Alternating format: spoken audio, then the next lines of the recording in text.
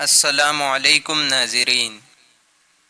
حضرت امام مہدی رحمۃ اللہ تعالی علیہ ائمہ اثنا عشریہ میں آخری امام اور خلیفۃ اللہ ہے۔ آپ کا اسم گرامی محمد، والد کا نام عبداللہ اور ماں کا نام آمنہ ہوگا۔ حضرت فاطمہ الزہرا رضی اللہ تعالی عنہا کی اولاد سے ہوں گے۔ 40 سال کی عمر میں آپ کا ظہور ہوگا۔ آپ کی خلافت تقریباً 8 سال ہوں گی۔ اس کے بعد آپ کا وصال ہوگا اور حضرت عیسیٰ علیہ السلام آپ کی نماز جنازہ پڑھائیں گے۔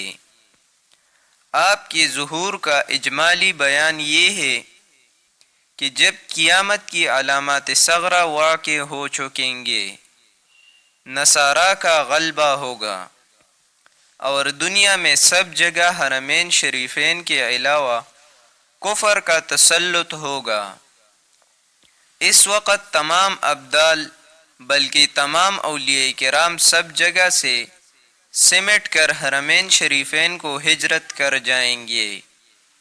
صرف وہی اسلام رہے گا اور ساری دنیا کفرستان ہو جائے گی۔ رمضان شریف کا مہینہ ہوگا۔ ابدال طواف کعبہ میں مصروف ہوں گے۔ حضرت امام مہدی رحمۃ اللہ علیہ بھی وہاں موجود ہوں گے۔ اولیاء ان کو پہچان کر درخواست بیعت کریں گے۔ آپ رضی اللہ تعالیٰ عنہ انکار فرمائیں گے۔ دفعتاً غیب سے ایک آواز آئے گی، ھذا خلیفۃ اللہ المہدی فاسمعوا لہ واطیعوہ، جس کا ترجمہ یہ ہے، یہ اللہ کا خلیفہ مہدی ہے، اس کی بات سنو اور اس کا حکم مانو۔ اب تمام لوگ آپ کے دست مبارک پر بیعت کریں گے اور آپ وہاں سے سب کو ساتھ لے کر ملک شام کو تشریف لے جائیں گے۔ افواج اسلام کی خبر سن کر نصارا بھی لشکر جرار لے کر شام میں جمع ہو جائیں گے۔